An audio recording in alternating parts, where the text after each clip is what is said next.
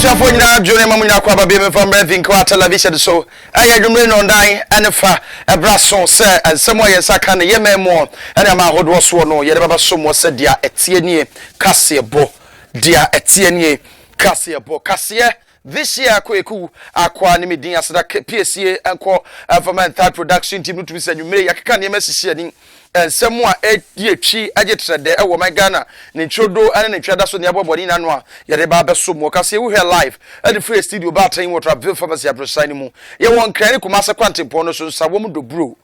aho ani aka kire wo ye wapo ye mantemo ne ensema ye de bram de bedi mu akotrebie ne se Ghana man penny his excellence in another dan kwakufu ado se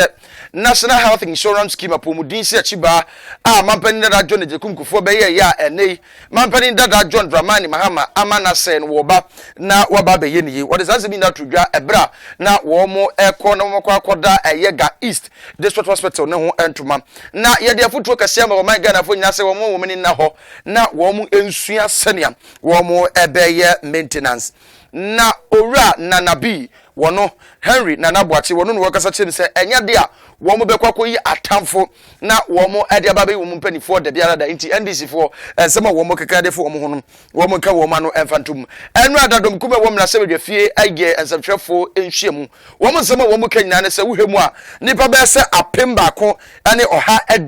nan ane aduasa miensa 1433 ane wo mo ye enkola wo mo ye free SHS fo yi bia wo mo atimi anyanyam ni nyina assign double track and some ne ho 18 na number 12 expose no ababe trigger se ora kwasi na ntachi ya nhwe ya de bekwa kopie mu asemde na afi wono so kwadu esafata no yetimi de abona go pramaso nsem e na afi so edwede ni sikasem e na abobori na no de baba so mo se de tie ni kase bo kase this year KWEKU ACQUAH ni medi mame na me hom na me ba me fa sem ne mu twem na me so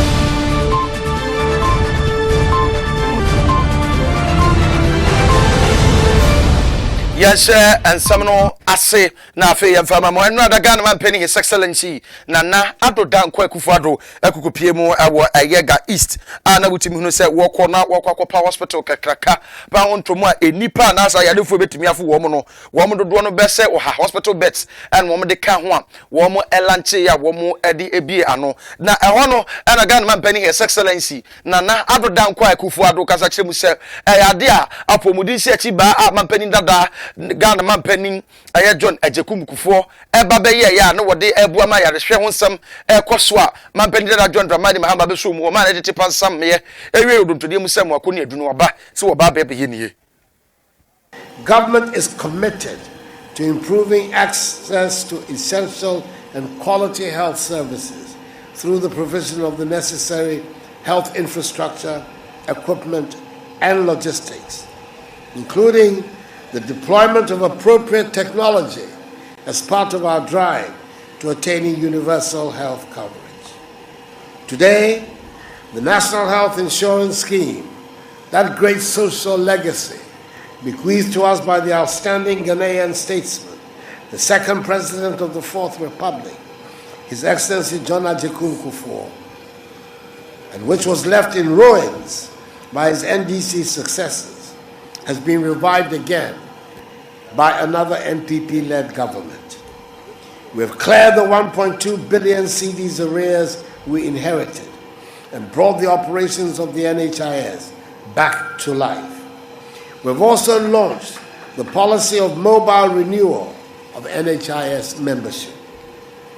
As part of the promise to procure one ambulance each for the 275 constituencies in Ghana, we've taken stock of the first batch of 96 ambulances, and by the end of December, the rest will be in. We've already trained the drivers for these ambulances to respond to the health delivery needs of our people. We're delivering essential medical health products through the use of drones. And just within the first 5 months of its operations, I'm told, over 1,000 flights have been made from the site in Ominako with over 5,000 products delivered. We're also leveraging the Ghana man penny His Excellency Nana Adinkra Ekufuado and I think we no Stratford also so a sharp mudi won some so the trivia workers such as Ghana for no I any ade ya bafo frani nya ya som ye to be ye ade de ho fe ye de ntoma bese fama ni sesi a twakai wo de ma fe baako mienu miensa nan ne num enka kokko no dusu no na hospital no yesa bobra pue mumro na hospital amesi ma ye no atete pansama we wodontode mu sam wako ne adu enso na nka bia empa ba ko na bebu a ne ne edem kekiri na yakwakwa ne de ababisi ho eno no abeboa ama maintenance so atimi akoda nim aniti wono de wakasa kirem se ye ma ye ni etimi so maintenance papa ne nyire ye ho na se etibi ahwe hospital isu ye aye ho maintenance a abetra ho e de ama ye afebo. Say that government will go all lengths to provide functional health facilities for its citizenry, but the citizens and especially the managers of these facilities have a sacred duty to ensure that the facilities are used and maintained properly. The biggest challenge facing the ministry is the maintenance of our hospitals. It can be confidently reported that a number of our equipment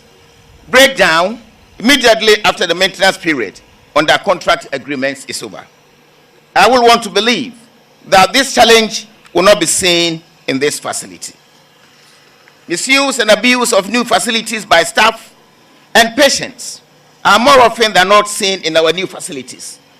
This is definitely not a good use of public funds, and we need everybody on board to sustain the huge investments that have been made here. I will now want to make a passionate appeal to the Minister of Roads and regional representatives for urban roads to take a very quick action to make the road to the hospital much more motorable than it is currently. A lot of investments has gone into this project, and we need to prevent the equipment against damages. Mr. President, indeed, I have engaged my colleague, the Roads Minister. He has actually asked the Health Ministry to submit to him all roads that are leading to hospitals that need some sort of work on them.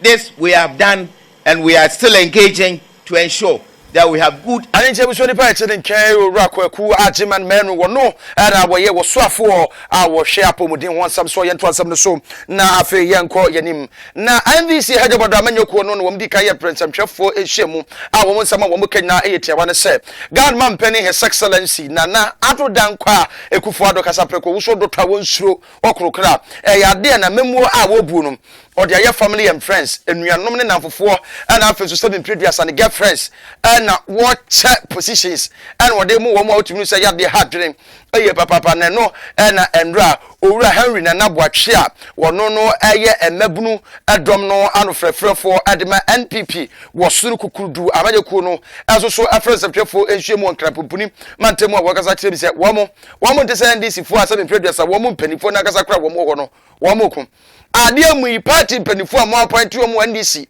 esebu hu do be rani mate efri se entokwa wotanya twom na age NDC ko ni da boso womo de womo nyane sa na nsema NDC fo kan nyina ayefudu radasem. NDC had issues with 11 people on their list. Of 51 people, those are friends of Ken Ofori-Atta. Please tell them that we are not sure about appointing enemies. All jokes aside, are those 11 who are not family members not competent and qualified to serve? One would have thought that yesterday's press conference would have revealed how unqualified some of these appointees are, but none of them, or none of the issues we are discussing here happened yesterday. Is Kelly Gajapu not qualified to be on the board? What about Daniel Ogbami-Tete as the head of GCE? What about Samson Agliko, who has been instrumental in the banking reforms? Charles Edubwahin is an asset to government, and so are the likes of Felicia Ashley and Yofi Grant, who helped the MPP, and they were all part in drafting the MPP's manifesto. These are the men and women of caliber who willingly left their lucrative jobs in the corporate sector to serve their country. The world and country are seeing what Ken Ofori-Atta, the finance minister, and his team are doing with the economy, their competencies and sacrifices are giving the nation an economy that can create jobs and prosperity. Ken Ofori-Atta, who contributes all his monthly salary to charity, is an example of selflessness, integrity, sacrifice, and competence. When did Michael Asare-Bediako, the competent young PA to the finance minister, become a family member of Ken Ofori-Atta? This is palpable falsehood. He is not. The Minister of Roads is not related to the president in any way. But yesterday it was put out there. Nana Asante Bedie's mother is not on government payroll. Anenti owura Henry Nana Boache na ofese wo kasa na wo wie no amana so wo kasa kyerem se wo hunu adekudinti a NDC ejobodo amanyoku no yesa won se na anwa dey a Ghana Penny His Excellency Nana Adodan kwa ekufo kokopie mu ewo ayeframantemu a enipa agitwe agitradagye NDC fo wo mo se framantem ho ye wo World Bank a wo de ho de yeduru woni ebobo aba NDP fo ho popo checheche Nana du kodu hu a edom ekoko edi na chiriti and woman said that yes, press conference. I did woman self for the canal so. Woman did woman who free say. From Antam for Cramponi say, a Brahman penny that John, Brahman was Subodi Mahama by Waba, ever say, I'm a mono. President Akufo-Addo has successfully completed his 2-day tour of the Volta region. The extremely warm reception he received in what is historically the NDC's World Bank is what has shocked and destabilized the opposition NDC. So much that they bought airtime all across the country yesterday to do what they do best: play the hate card with their bogus list of President Akufo-Addo's government and the ties of the people who have been appointed. The people of the Volta region, by their embrace of Akufo-Addo and the MPP going into 2020, is to say John Mahama and his National Democratic Congress that 2020 is Volta beyond NDC, and that is a declaration. The region, with its beautiful landscape but economically sidelined for generations, is saying enough is enough. Volta region is deliberately weaning itself of its ancient dependency on the NDC. NDC has not aided the region. John Mahama and his party has only raided the place every 4 years, only for votes, and not aided such a beautiful region with development. A political dependency that has kept schools underperforming, their roads bad, their young people unemployed. Okay, and it's only and their free tickets of royalty to NDC NPP was Sukudu Amanyo Korean Transam Sona Yanko him. Another Adam Kuma Wamla Sebigafi, a friend some chop for shame, woman sama womo cano, a tiawa, Asama womo Kenya, and if he said Ghana Penny, His Excellency, Nana, Adodan Kokufado, ever better Benya Sui. Now, what they are yet free SHC by a had the power will be about in some demand, no more. Adia baako wo free SHS ne ho a enye ababe sei enkoda ama se se de prewagi sei na ye age wo my Ghana e de aboso ene double track enkoda ne ko school be boso me baako a na wo mo ababe tena fie boso me miensa saa na adum kume wo na se bidwa fie wo mo e ka wotumi se ni na ya de bia ha adwene eye papa pe no nam so e ma enkoda wo me dodo no eso be se apem baako ahanan ane aduasa miensa 1433 ana se se dia brwanyi sen age wo mo de aboso a utimi no se hadwene eye papa onipa ode sansemi na tudwa ane ranking member on Parliament Education Committee Ora Peter Nochu wono na wono edesa ensemi atudwa. One major disadvantage of the double track system is the area where many heads of second cycle institutions are indeed afraid to comment. That has to do with high rate of teenage pregnancies being recorded in some senior high schools. Within a space of 1 year alone, that is last academic year, 2018-2019, over 1,433 girls at senior high schools across the country were impregnated and dropped out of school.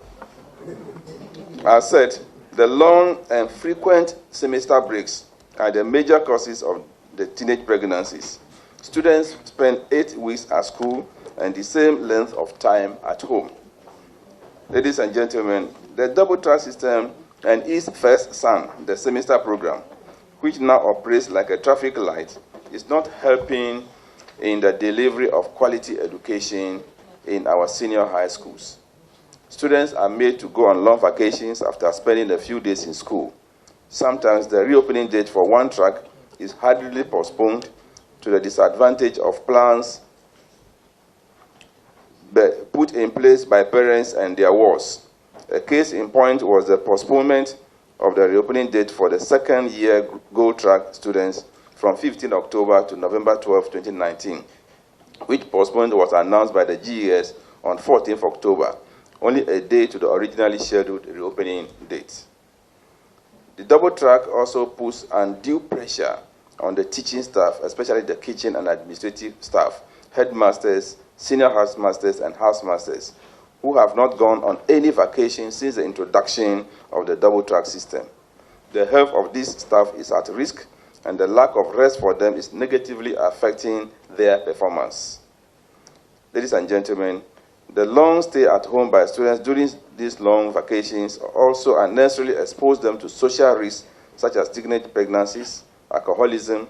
cultivation of deviant behavior and lifestyles arising. Aninja busoni pa chene kai aye ora pitha no chu kopie mu awo aye Ghana yemra se bedwefia ekuo a ehwa disua ho ansam so no papa wo kan ho bi wo kan adom kuma ne ho era enura wo mo aye sansam twefo hye mo wo mo gaza che sei ayi double track na abaniti ekwada no wo mo ba fie a wo mo ba be pekri media ba betwi wo muti age ni okadafo ede nkoda eti tadedan wo se nkotre miamia nkoda ne dredre koda no eti wo mane be wo mo so no wankona moye ne yede amu wo mu ebekwa wie tire ne afro pay back today pie na yese wo mo anyemo a ehon so ensem a yede efri ho eba no na ene ma me Gloria Ekufu a wo ye wo Manchester Medicine man kronkron amagana wo ye authority general ogogo pie mu a wo Ghana ye emra so bedwafi and wo kasa kire me se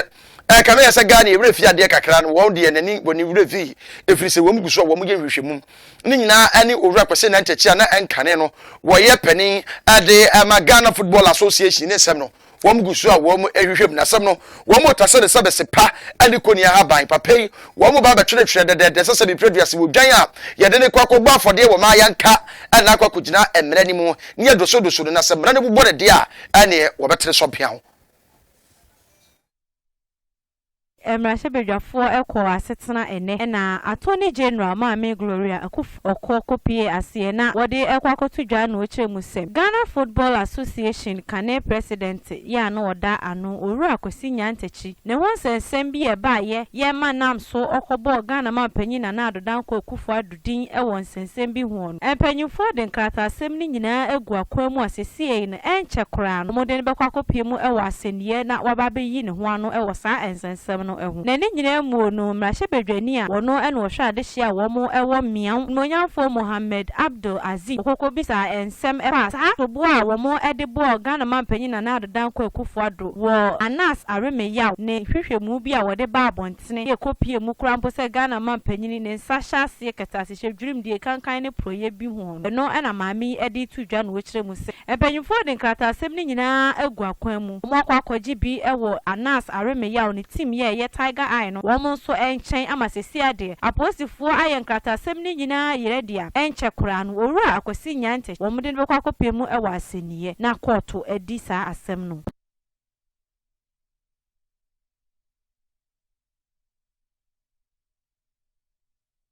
tiere de nkoko gina mrani mu na se mrani bubo no a ani asotwe wo ho no ye de bema ne papa because aba pese mu da fia wo no ne namfofo ne nuanom referee fo bi a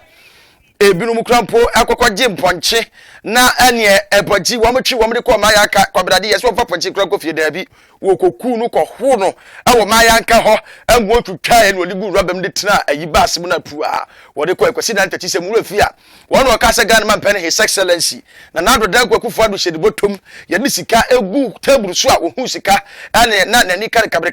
ze be produce abenfo a wo hunu mojanam yes don't worry take me as a brother take me as a sister take me as a brother owura kwasi na ntachi na asem no na de tene kase body wode gu so a wo hwede naked se de asem na tie ne sa pepepe ne de abra wo ye hye de pioto ye mo ne bra sa pepepe me na ye ho mra ye ba de tene kase boy de dwade de sikasem abesom amasewa ampafo ayekrado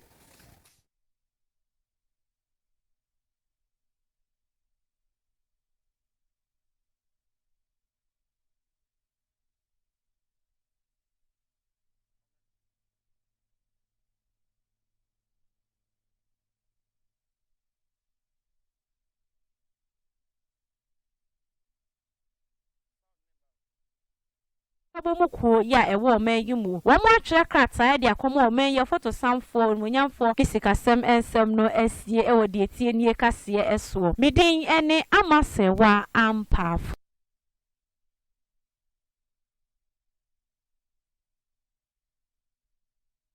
Me twaso so dia na Trade Union Congress ye 20th friend TU ya eno eye adwadifo nkabomuku ya ewo men yimu wo mo atwe krata de akomo o men ye photo samfo munyamfo Ken Oforiata ya nsemo wo mo ka wo munyina ne se mfepe mienu ni aduonu o men yakon homa anasa ye ntebia no so wo mo de ba beto o man Ghana fo nyina animu a wo mo enhwe na adwadie ho nsensem ne emra ebo ho ban no wo mo hwe fa bi hyehyem na wo mo emmo ho ban sentin sesesi a wo bo o man Ghana mu a adwadie nsensem na nyade se ejane na so ye kurampo ento mo fa emre bi ene hyehyeye bi emra ya ba bebo adwadifo ho ban se de be ya wo men ye mputo ne enkankro no ebetumi agina benane ewe abusuafo na aha enemra ene bre e makwan amamede adwadie ene sikasem ensem no asie ewo de tie nie kase eso midin ene amasewa ampa abusuafo e ba so se mede adwadie ene sikasem ensem etoa de tie nie kase so ede emamo na ene adwadie ene sikasem ensem won nungwa divisional police for wo mo akwakochi enipa enan bia wo mo ehye nkuntuna se baabie na wo mo eye ensa ya eye Castle Bridge wo mo kire wo mo no na wo mo aye ensan yi enaka oha aduonu ya eno no wo mo de bi kurampa akwa adwama so akoton ne no na posifo akire mu a wo mo sesi ede ensa no wo mo adibi akọ standard authority wo mo aso ye so mo kokoye hwehwemu emfa sa ensa no ho de aba abonten se obe eno monsa na betumi akọ ha nipa kro no na pomodin anam na ni nyina mu no so se nipa wo mo echi wo mo guso Adinkra asem ni nyina egu akwam ya enche kora no ye de wo mo ebekwa kopie mu ewo aseniye na koto edi asem no ede ama wo mo na sa Castle Bridge adwumaku a wo mo eye sa eye Gihotilaries na wo mo ensase ena nkrofo yi na mo a wo mo ye sa niema bone no ede fremu eba adwama so beton ma nkrofo asisi ade aposifo ensa aso wo mo emu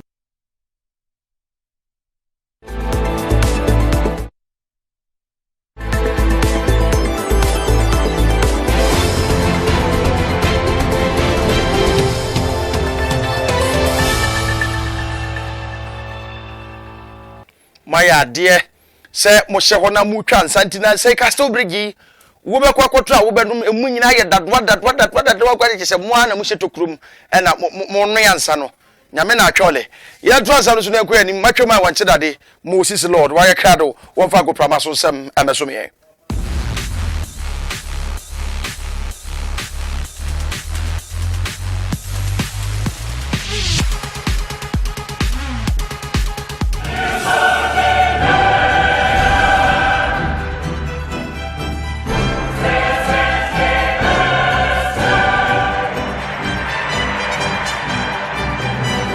a very associated a good ensem eto akase no so edema mo midin ede Moses Lord Mission Sam na se and right UEFA Champions League matches be very etumi ekọ so ewo European bonten so okopim ewo France PSG etumi etena fi eche eye Club Rouge etwom ekabako Abrante Mario Icardi etumi nya goal edema eye PSG boboku no okopim ewo Spain so Real Madrid enra omutu emre ankasa isanse Galatasaray omunim Madrid Asia na Madrid etumi ehye Galatasaray ɛka maako nsia akwara we so abakɔ no so betumi make a history ɛwɔ hɔ Abrante Rodrigo and road to me ɛbɔ no first hat-trick ɛdema Real Madrid bɔbɔ ku no ɛma ɛnoma ɛkɔyi ɛdema wɔ Bayern Munich so etumi ɛtena Germany Monten so Allianz Arena etumi ɛkyi Olympiacos etwa mo ɛka mienu Abrante Robert Lewandowski etumi enya goal ɛwɔ hɔ no mo ɛma ɛbɔ abaya bɔbɔ ku no Red Star Brigade ɛnso etumi ɛtena afie ɛma Tottenham Hotspur abromutumi ɛkɔ Red Star for afie ekotwa ɔngyome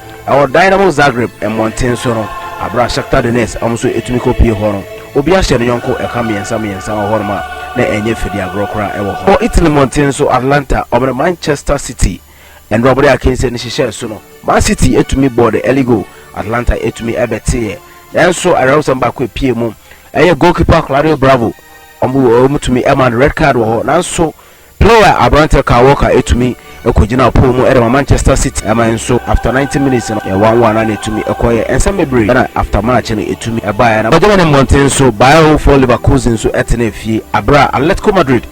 Diego Simeone ene ne nkrofo etumi ekɔ hɔ Leverkusen etumi echi Atiko etwom ɛka me no ɛma Atiko etumi ɛte mu baako ɛwɔ hɔ ndra pe ni bɛhwɛ ɛwɔ ɛyɛ Russia Monten so abra Lokomotiv Moscow omutumi ɛgye ɛyɛ Juventus ɛba ɔmo nkyɛn ɛso kɔwiase no na Juventus etumi achi Lokomotiv Moscow etwom ɛka me no ɛma ɔmo te mu baako Cristiano Ronaldo for the past ɛyɛ 29 free kicks awabɔ no ndra de no kurani ɔhyɛ goal no kura wie nanso Abrante Aaron Ramsey etumi ekɔbɔ bɔɔl no ɛto atene ma kyerɛ goal no yɛafama Ronaldo yɛdema ɛyɛ Abrante Aaron Ramsey nanso ne celebration no otumi ɛpa Ronaldo kyɛw sɛ goal no deɛ na wahyɛ nanso na bɛn na ɔbɛn bɔɔl no nti otumi ɛka bɔɔl no tumu a yɛamfa goal no amfa ma Cristiano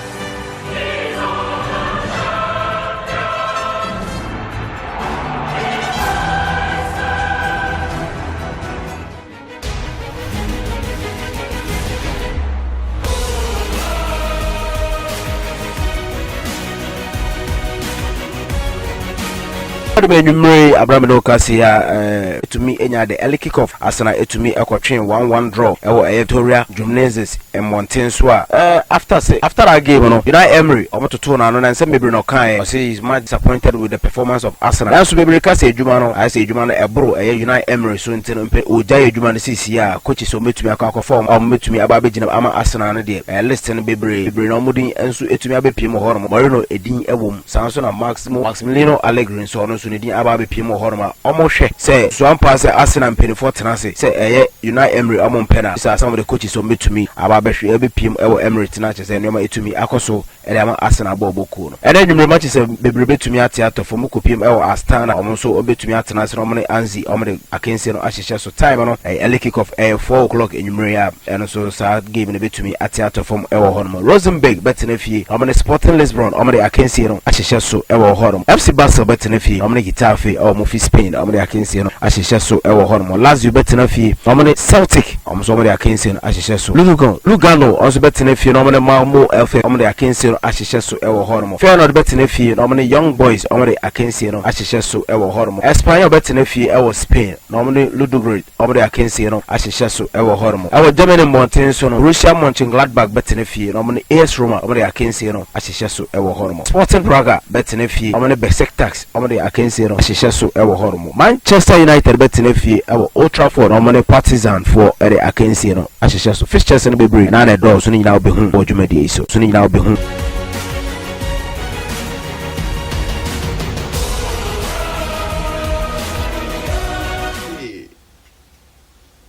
quite early,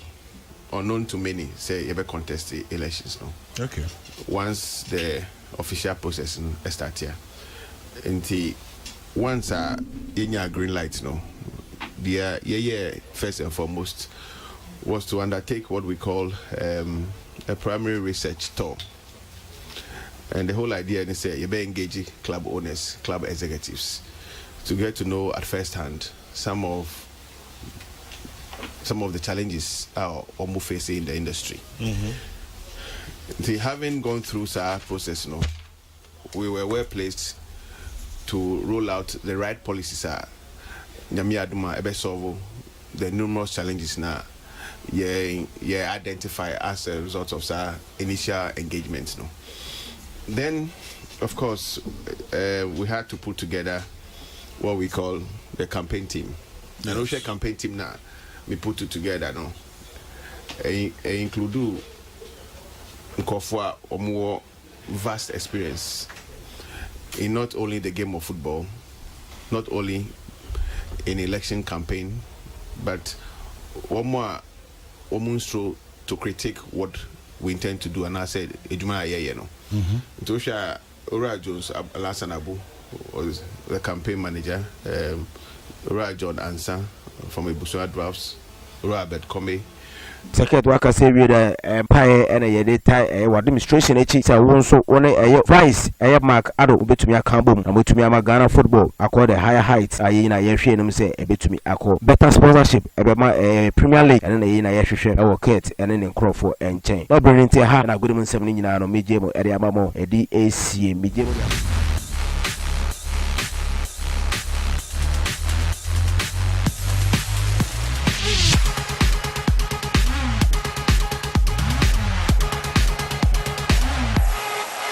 Right, and I'm on TTB and I am a cocoa we our Bobuana ha and a brand name Rabema Quaman Nazo so somewhere in Sakai no Yadibesi via TNA Cassia bo Facebook. I Adinkra newsroom and after YouTube also Adinkra newsroom as Cassia and confirmer and type production team no ama sewa and powerful Moses Lord Mr. Abraham Equia Sikapa and our face so a year afia heti Grace woman in a boy my name na etimi konkai but they waka kekeni Adam me Cassia this year KWEKU ACQUAH me adoma ye wano panon so